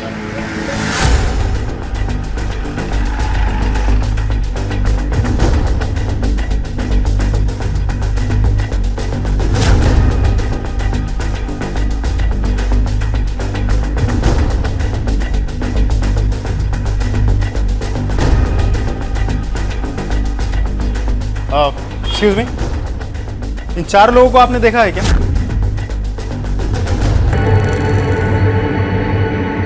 एक मिनट मुझे देना। हाँ साहब, मैंने देखा है, ये खाना खाने के लिए आए थे यहाँ पे। ये लोग इस कार में बैठ के यहाँ आए थे और इस कार के साथ छेड़छाड़ की गई है। किसी ने एसी का पाइप काट दिया, सारे वेंट्स क्लोज कर दिए। तुम लोगों में से किसी ने भी इस गाड़ी की तरफ किसी को जाते हुए देखा था? नहीं सर, नहीं देखा। देखिए, इस कार के अंदर से हमें पानी की बोतल मिली, तो ऐसा भी हो सकता है कि पानी की बोतल्स आपकी इस रेस्टोरेंट से खरीदी गई हो। सर, जहाँ तक मुझे याद आता है कि हाँ, ये लड़की थी, इसी ने पानी की बोतल खरीदी थी साहब। एक्सक्यूज मी जी। अब पानी की बोतल। जी देता हूँ।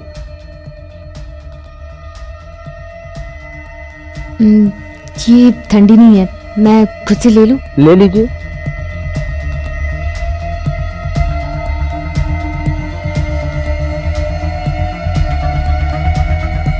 पानी में नींद की गोली मिलाई गई थी। सर, यहाँ से तो सिल्ड पैक ही लिया था, उसके बाद वो बाहर चली गई अपनी गाड़ी की तरफ, और गाड़ी में उसने पानी रखा और फिर वापस भी आ गई थी यहाँ। इन 4 लोगों को छोड़कर किसी और को गाड़ी की तरफ जाते हुए देखा था? गाड़ी के आसपास जाके पानी की बोतल में कुछ मिलाते हुए देखा था? नहीं सर, नहीं देखा हम लोगों ने। ठीक, थैंक यू। तुषार, ये तो तय कि गाड़ी के साथ छेड़खानी हुई है और रेस्टोरेंट पर हुई है, तन्मय के घर पर नहीं। क्योंकि तन्मय के घर पे अगर ऐसा होता तो गाड़ी में बैठे जितने भी लोग हैं उनको गैस लीक होने का अंदाजा हो जाता। सर, ऐसा भी तो हो सकता है क्रिमिनल रेस्टोरेंट पे आया, गाड़ी के साथ छेड़छाड़ की, पानी लिया और पानी में नींद की दवाई मिला दी। अब रेस्टोरेंट में बहुत सारे लोग थे तो किसी ने नोटिस नहीं किया होगा। लेकिन जिसने भी ये काम किया वो कार की अच्छी नॉलेज रखता है। सर, मुझे तो लगता है वो क्रिमिनल संजय या काजल, दोनों में से किसी भी फैमिली से हो सकता है। हो सकता है। तो मैं काम करूँ, संजय और काजल की जितने भी फैमिली के मेंबर्स हैं उनके फोन रिकॉर्ड चेक करो, उनके फोन का लोकेशन भी पता करो। Okay okay sir. क्या पक रही है तुम?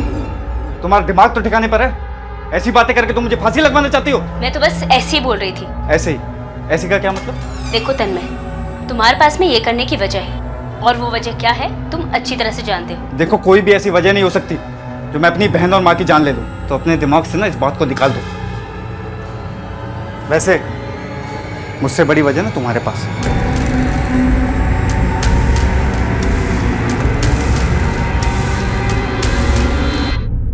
सर, कॉल रिकॉर्ड के मुताबिक 12 तारीख के दोपहर के 3 बजे के आसपास जब संजय के गाड़ी में 4 लोगों की मौत हुई, तब संजय और काजल दोनों परिवार वालों में से किसी की भी कॉल की लोकेशन न रेस्टोरेंट के आसपास थी और न ही एक्सीडेंट स्पॉट के आसपास। हो सकता है उन लोगों ने किसी को हायर किया हो। सर, दोनों फैमिलीज गाड़ी के बिजनेस में जुड़े हैं, तो मैकेनिक टाइप किसी के साथ जान पहचान होना तो बहुत ही नॉर्मल है। देखो तुषार, ये मर्डर जो है भोपाल के पास में हुआ है, इसलिए संजय की फैमिली के इन्वॉल्वमेंट के चांसेस बहुत ज्यादा है। ये अपना केशव है ना, जिसकी ऑटो पार्ट्स की दुकान है, वहां पर जो उसके जितने भी एम्प्लॉइज हैं सबसे बातें करो, उनके फोन रिकॉर्ड चेक करो, जो भी क्लू मिलता है लेकर आओ। Okay sir.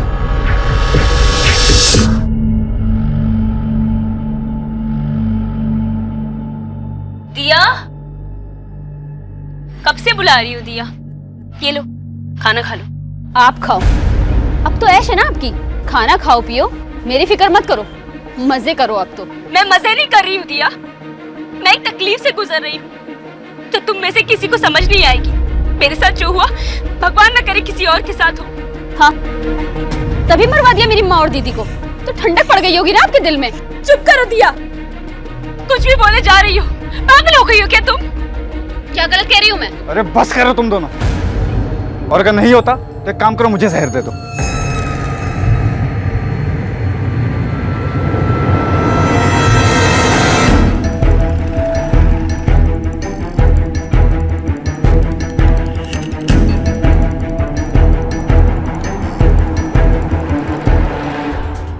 हमने सारे एम्प्लॉयज के रिकॉर्ड चेक किए। सुरेश नाम का एक मैकेनिक है, 10 तारीख से गायब है।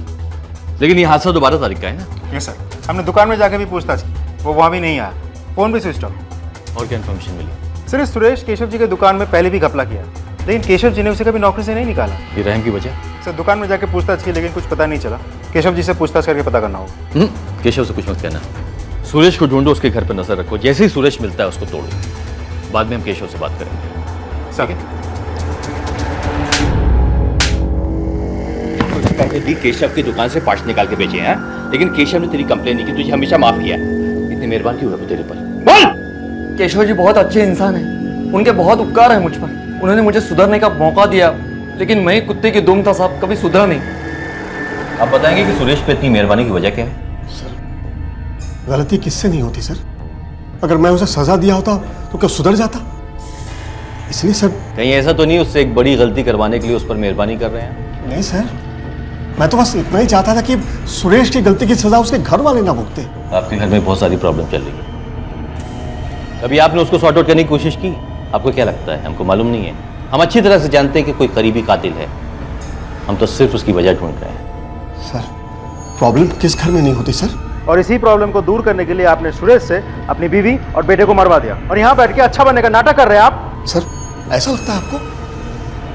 तो ठीक है ना सर, फांसी पे चढ़ा दीजिए मुझे, जो चाहे वो सजा दे दीजिए, मंजूर है मुझे।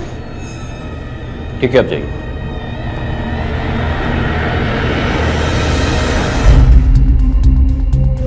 ये आदमी बुरा नहीं है, ऐसा लगता है कि उसने जिंदगी में बहुत सारी चोट खाई है, इसलिए किसी को दर्द देना नहीं चाहता, भले वो गलत क्यों ना।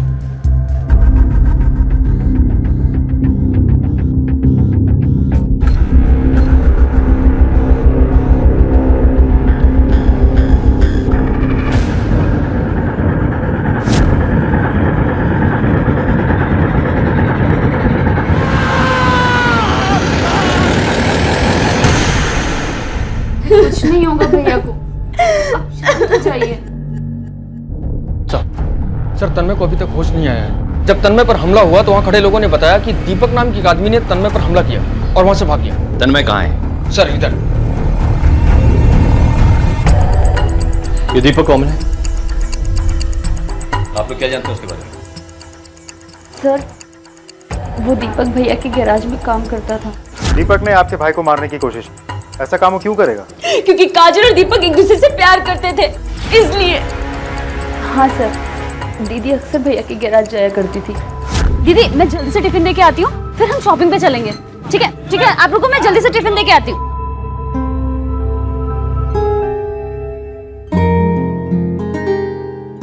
ये लो भैया, आपका खाना। अरे दिया, अकेली आई? नहीं नहीं, दीदी बाहर खड़ी है, हमें शॉपिंग पे जाना है। ठीक है, हम जा रहे हैं। Bye bye bye.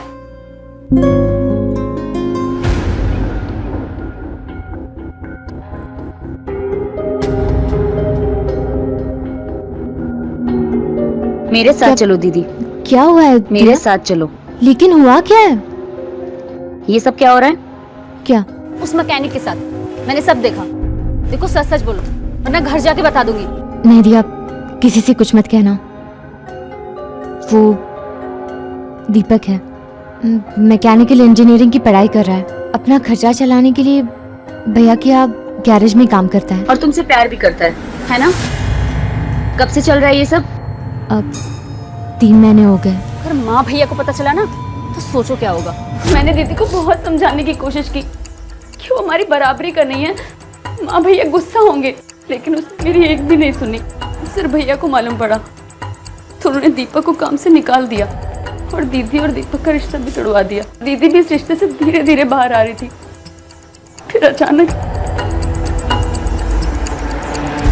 काजल की शादी किसी और से हो रही है। कहीं ऐसा तो नहीं कि इसी बात से दीपक ने गुस्से में आके पहले काजल, संजय और बाकी सबको मार दिया और फिर तन्मय पे हमला करके उसे भी मारने की कोशिश? या क्वाइट पॉसिबल। तुम एक काम करो, दीपक के फोन को ट्रैकिंग पे डालो, जिस दिन मर्डर हुआ है उसकी फोन की लोकेशन क्या थी ये पता करने की कोशिश करो। और शर्मा जी, आपके जितने भी खबरी हैं उनको दीपक की फोटो भेजिए। Okay okay sir.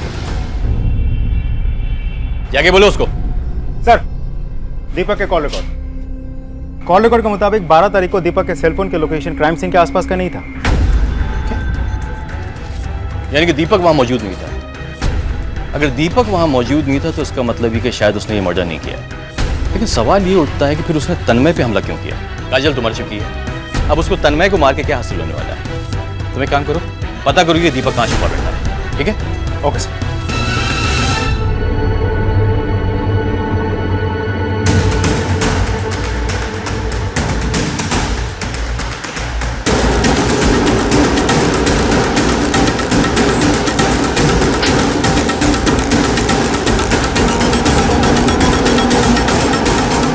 सर तन्मय ने मेरे प्यार को मार डाला सर, मेरी काजल को मार डाला।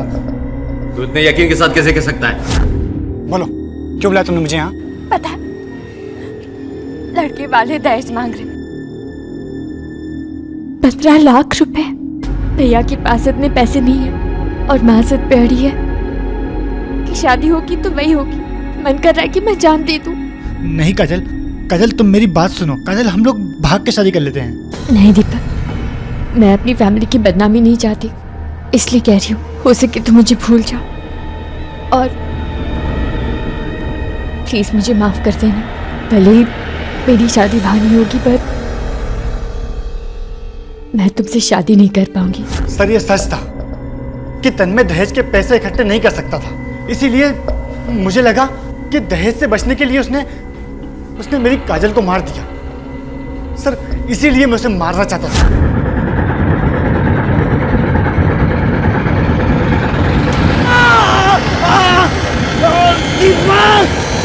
तेरी किस्मत अच्छी थी जो तन्मय बच गया। मर्डर नहीं तो कम से कम अटेम्प्ट टू मर्डर का चार्ज तो लगेगा ही। जी सर, मेरी वाइफ ने दहेज मांगा था, लेकिन बात सिर्फ पैसों की नहीं थी सर। हम जानते हैं ये सब गलत है, लेकिन उसका मानना था कि शादी में दान दहेज का चलन है, इसलिए उसके बात के सामने हम सबको झुकना पड़ जाता था सर। यानी कि आपके कहने का मतलब कि सविता जी ने अपने बड़े बेटे की शादी में भी दहेज मांगा होगा? जी सर, और उन्होंने दिया भी था। हाँ सर, दहेज की रकम ज्यादा थी और अरेंज करने में मुश्किल भी हो रही थी, पर सर मैं कर रहा था सर। पैसे का इंतजाम नहीं हो पाया इसलिए तुमने कहीं? नहीं सर, ये ऐसा नहीं कर सकते। क्यों नहीं कर सकता है? पैसे के लिए तो इंसान अंधा हो जाता है, किसी को भी मार सकता है। हाँ सर, ये सच है कि मैंने और इन्होंने हमारी बच्ची को कोक में मार दिया था पैसों के वजह से। तुम दोनों को कोई बात समझ में आती है कि नहीं?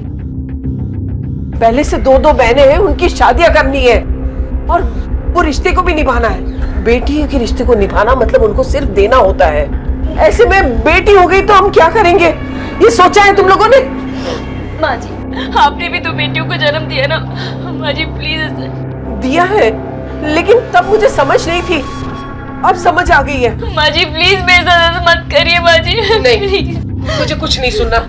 तन्मय, मैं डॉक्टर से बात करती हूँ, तुम दोनों वहां चले जाना। आप लोगों को पता है लड़का है या लड़की ये चेक करना इलीगल है? कहाँ से कराया था? सारा डिटेल दीजिए हमें। उस डॉक्टर और हॉस्पिटल को भी नहीं छोड़ेंगे हम। आप लोगों के खिलाफ भी केस चलेगा, सजा तो आप लोगों को भी मिलेगी।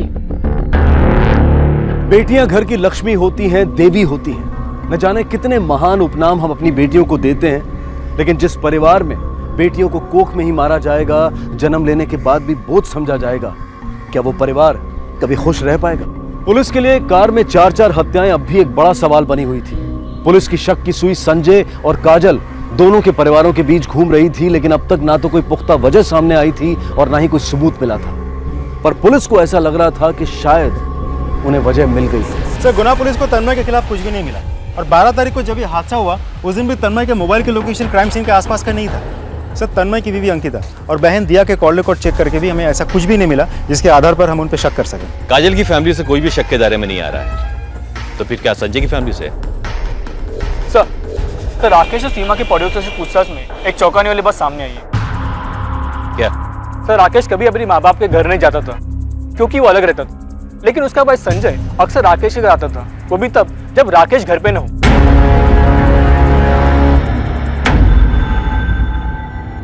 संजय आपके घर क्यों आता था? संजय मेरे पति के भाई थे, वो हमारे घर क्यों नहीं आ सकते? आपके पति का भाई है? अगर वो आपके पति के भाई तब फिर आप लोग उसके घर क्यों नहीं जाते थे? जवाब दीजिए, मैंने कहा जवाब दीजिए। क्योंकि मेरे पति अपनी माँ से नाराज थे। क्यों रहूं मैं इस घर में, और करूंगा क्या मैं इस घर में रह के? ये घर मेरा है ही नहीं, ये घर आपका है और आपके दोनों लड़कों का है। ऐसा कुछ नहीं है बेटा, मैं घर छोड़ के जाने से कैसे चलेगा? लोग क्या कहेंगे? अच्छा, लोग क्या कहेंगे इसकी फिक्र है आपको, लेकिन माँ ने जो किया उसके बारे में आपने कभी नहीं सोचा। इन्होंने एक बार कहा और आपने मुझे मेरे बिजनेस के लिए पैसे नहीं दिए, लेकिन संजय ने एक बार मांगे तो उसके लिए पैसे थे आपके पास। हाँ, दिए उसे, क्योंकि मुझे पता है वो होशियार है, वो पैसे को डुबोएगा नहीं। और तू तो सारे पैसे डुबो देता। ठीक है, मैं जा रहा हूं और एक दिन अपनी दम पे साबित करके बताऊंगा कि मैं संजय से कम नहीं हूं। तो संजय ने आपके पति का हक मारा था। देखिए, हमने आपके पति के कॉल रिकॉर्ड्स चेक किए हैं, वो संजय से बात ही नहीं करते थे, लेकिन संजय आपसे बराबर बात करता था। वो आपसे मिलने भी आता था आपके घर पर, और खासकर उस वक्त आता था जिस वक्त आपके पति घर पर मौजूद नहीं होते थे।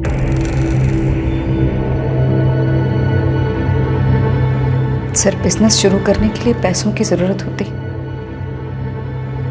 और राकेश ने उधार लिया था, लेकिन बिजनेस में नुकसान होने की वजह से राकेश का काम बंद हो गया। वो बहुत डिप्रेशन में चले गए थे और वहां उधार मांगने वालों ने जीना हराम कर रखा था हमारा। और दूसरी तरफ संजय का काम अच्छा चल रहा था, तो मैं संजय से मिलने उसके ऑफिस गई थी। अरे भाभी, आइए ना।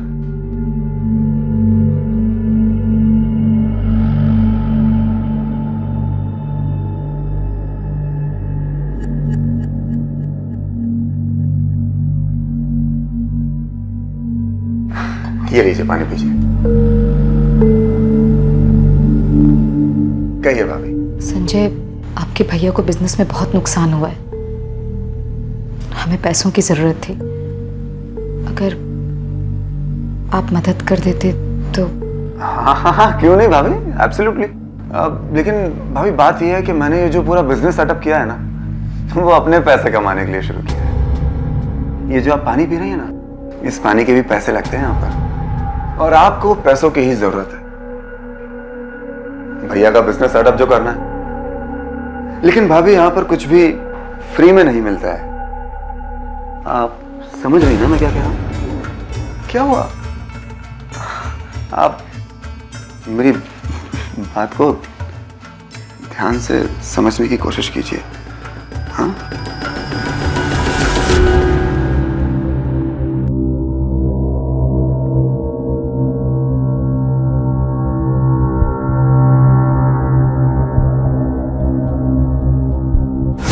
इतना कुछ आपके साथ में हो रहा था, लेकिन इसकी भनक किसी को लगी नहीं। पता चल गया था सर, मेरे ससुर जी को सब पता चल गया था।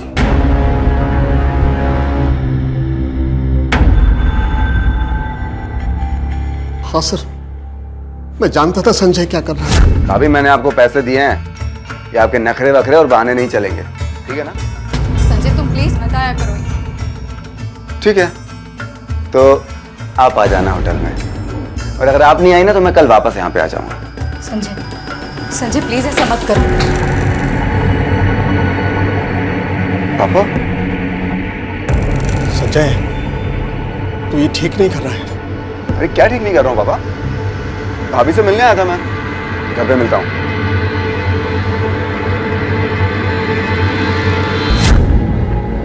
सब कुछ जानते हुए भी मैं अंधा बना बैठा था सर। कैसे करता? अगर मुंह खोलता तो अपनी ही फैमिली की बदनामी होती ना सर।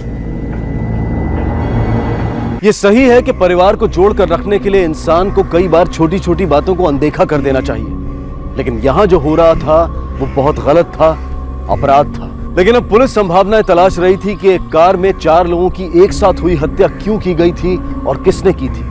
ये केस पुलिस के लिए एक अनसुलझी पहेली बन गया था। हर एंगल से जांच की जा रही थी, लेकिन नतीजा कुछ नहीं निकल रहा था। पर संजय का सच पता चलने के बाद पुलिस को कुछ उम्मीद नजर आ रही थी। हाँ सर, मुझे पता था सीमा के साथ जो भी हुआ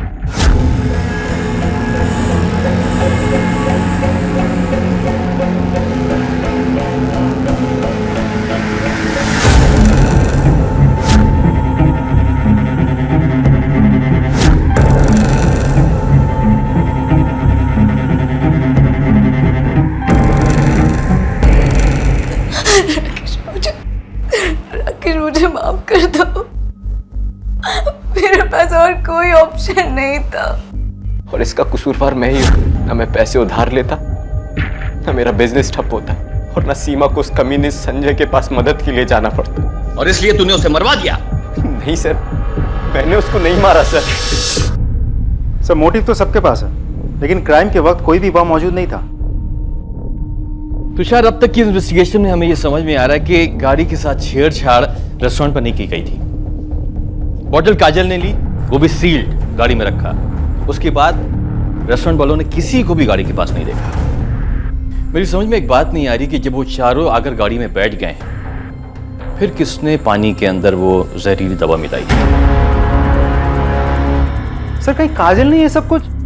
हो सकता है तुषार, हो सकता है ये मर्डर काजल ने किया हो।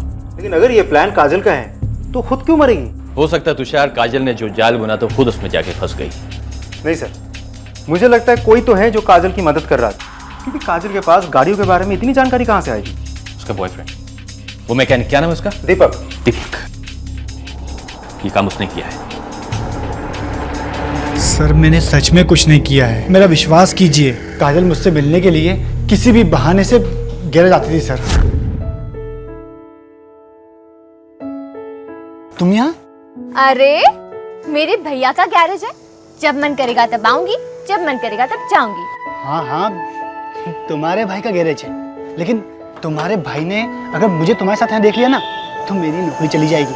अरे भैया ना घर गए हैं खाना खाने, वो नहीं आने वाले। मुझे गाड़ी ठीक करना सिखाओ ना प्लीज।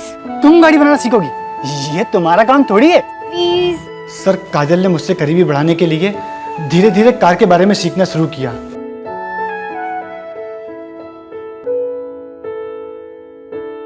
और सर बाद में सब कुछ सीख भी गई थी। सर कुछ पता चला? देखिए, हमें काजल पे शक है। काजल? सर मैं कुछ समझा नहीं। क्योंकि काजल ने ही पानी की बोतल खरीदी थी, और हो सकता है कि पानी की बोतल में उसने ही नींद की गोलियां डाल दी हो। लेकिन सर वो ऐसा क्यों करेगी? यही तो हम जानना चाहते हैं कि काजल ने ऐसा क्यों किया। मुझे पता है। माँ, सब कुछ तय होने के बाद संजय की माँ 15 लाख रुपए मांग रही, हम कहाँ से देंगे? हमें कुछ भी करके उन्हें पैसे देने पड़ेंगे। एक बार सगाई होने के बाद शादी टूट गई तो गांव भर में हमारी क्या इज्जत रह जाएगी? पर माँ जी, पैसे तो देने ही होंगे हमें, और पैसे ज्यादा प्यारे है कि इज्जत? दीदी दहेज की रकम को लेके बहुत टेंशन में थी। एंगेजमेंट के बाद वो काफी बातें करती थी संजय से, और एक दिन उसने उसे मिलने के लिए बुलाया। देखो संजय, मैं नहीं चाहती कि मेरी वजह से भैया को कोई भी प्रॉब्लम हो। तुम कहना क्या चाहती हो? यही कि 15 लाख रुपए दहेज मांगकर तुम्हारी मम्मी ने मेरे भाई के लिए बहुत बड़ी प्रॉब्लम खड़ी कर दी है। लिसन काजल, मम्मी ने जो भी डिमांड रखी है वो बिल्कुल सही है, और ये तो आजकल का चलन है। और तुम ये सोचो ना कि तुम्हें 15 लाख रुपए में मुझ जैसा काबिल लड़का मिल रहा है। आई मीन बहुत सस्ता सौदा है तुम्हारे लिए। और वैसे भी ना काजल, हमें बड़ों के मामले में दखलंदाजी नहीं करनी चाहिए। वो लोग अपने आप निपट लेंगे, डोंट वरी। सर दीदी उस दिन बहुत उदास थी, वो संजय से बिल्कुल शादी नहीं करना चाहती थी। मम्मी चाहे कुछ भी कर लो, लेकिन मैं उस संजय से शादी नहीं करूंगी। तो क्या तू वो 2 टके के मैकेनिक से शादी करेगी? मेरे जीते जी मैं ये नहीं होने दूंगी। और सोचा है कभी तूने कि तुम्हारे साथ कुछ ऊंच नीच हो गई तो तुमसे कौन शादी करेगा? किसी जानवर से करवा लूं, पर उस लालची आदमी से मैं शादी नहीं कर सकती मम्मी। शादी तो तुम्हारी वही होगी। और अगर पैसों की बात है ना, तो ये इतना बड़ा घर तुम्हारे बाबा मेरे नाम पे छोड़ के गए ना, उसे मैं बेच दूंगी। लेकिन तुम्हारी शादी तुड़वा कर मैं सबके सामने अपना मजाक नहीं बनवाऊंगी। समझ गई तुम? हम खुश रहें, इसलिए काजल ने अपने प्यार की कुर्बानी दी, दीपक से रिश्ता तोड़ दिया। वो मेरे लिए भी इतना कुछ सोच रही थी, और उस दिन जब वो संजय के साथ भोपाल जाने वाली थी। अबे तन्मय, आज दिन में पीने की प्लानिंग? जहर पीने की हिम्मत नहीं है ना, तो इससे ही काम चला रहा हूँ। लेकिन हुआ क्या भाई? अरे तंग आ गया। हालत देखिए मेरी, अगर ऐसे ही चलता रहा ना तो खुद को और अपनी बीवी को मार दूंगा या फिर अपनी माँ को और बहन को मार दूंगा। उसने मेरी सारी बातें सुन ली, कहीं इसीलिए तो उसने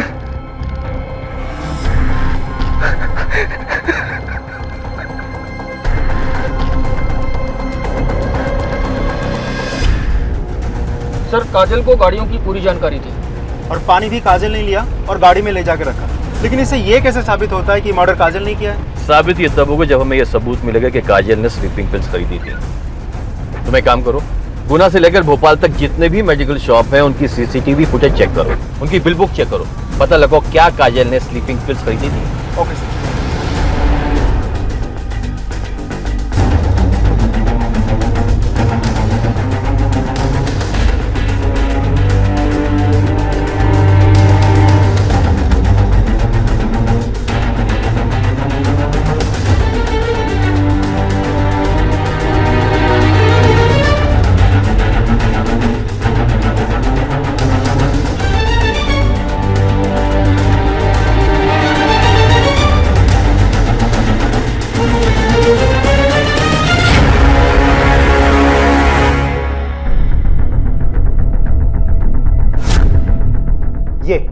ये रही काजल।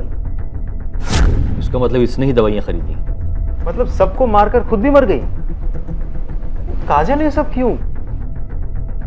काजल अपनी मां से नाराज थी क्योंकि काजल की मां को उसके भाई की तकलीफों का एहसास नहीं था।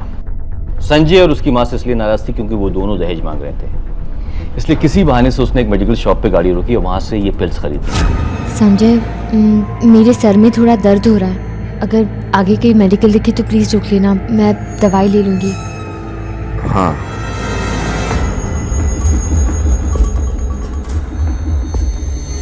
उसके बाद वो रेस्टोरेंट गई और खाना खाया।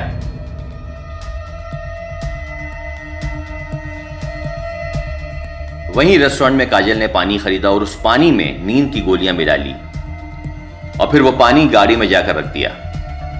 फिर वो सब रेस्टोरेंट से निकले और रास्ते में काजल को छोड़ के बाकी लोगों ने वो नींद की गोलियां मिला हुआ पानी पिया। थोड़ी दूर जाकर काजल ने गाड़ी चलाने की जिद की।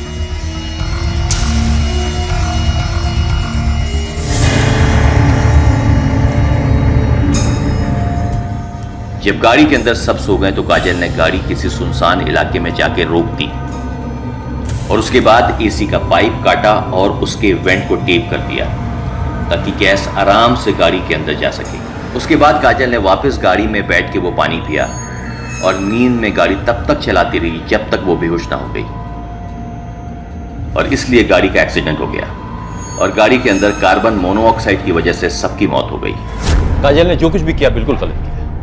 हाँ सर, लेकिन सबसे बड़ी गलती हमारे समाज की, जो दहेज जैसे कुरीति को आज भी रस्म और चलन के नाम पे जिंदा रखा है। और इसी कारण कितनी लड़कियां अपने आप को अपने परिवार पर बोझ समझती हैं और अपनी जिंदगी का खात्मा कर लेती हैं। ये केस बाकी केसेस से काफी अलग भी था और मुश्किल भी थी क्योंकि कत्ल के समय कातिल ने भी खुदकुशी कर ली थी, लेकिन भोपाल पुलिस ने मिले हुए सबूतों और अपने अनुभव के आधार पर इस केस को सॉल्व किया। 2 परिवारों के 4 सदस्य मारे गए। इसकी वजह सिर्फ दहेज जैसी एक कुरीति नहीं थी। कहते हैं कि अन्याय करने वाले के साथ साथ अन्याय सहने वाला भी गुनहगार होता है। जब भी कुछ गलत होता है, चाहे वो देश में हो, समाज में हो या परिवार में हो, अगर हम जानते बूझते हुए भी चुप रहते हैं तो समझ लीजिए हम उस गलत के हिस्सेदार बनते हैं। इसी विचार के साथ अब मैं अनूप सोनी आपसे विदा लेता हूं। फिर मुलाकात होगी अगले एपिसोड में एक और चौंका देने वाले केस के साथ। तब तक अपना और अपने परिवार का ख्याल रखें और देखते रहें क्राइम पेट्रोल डायल 100। सबक एक को सीख हम सबको। जय हिंद। इस तरह के और भी एपिसोड देखने के लिए हमारे चैनल को सब्सक्राइब करें और बेल आइकन दबाना ना भूलें।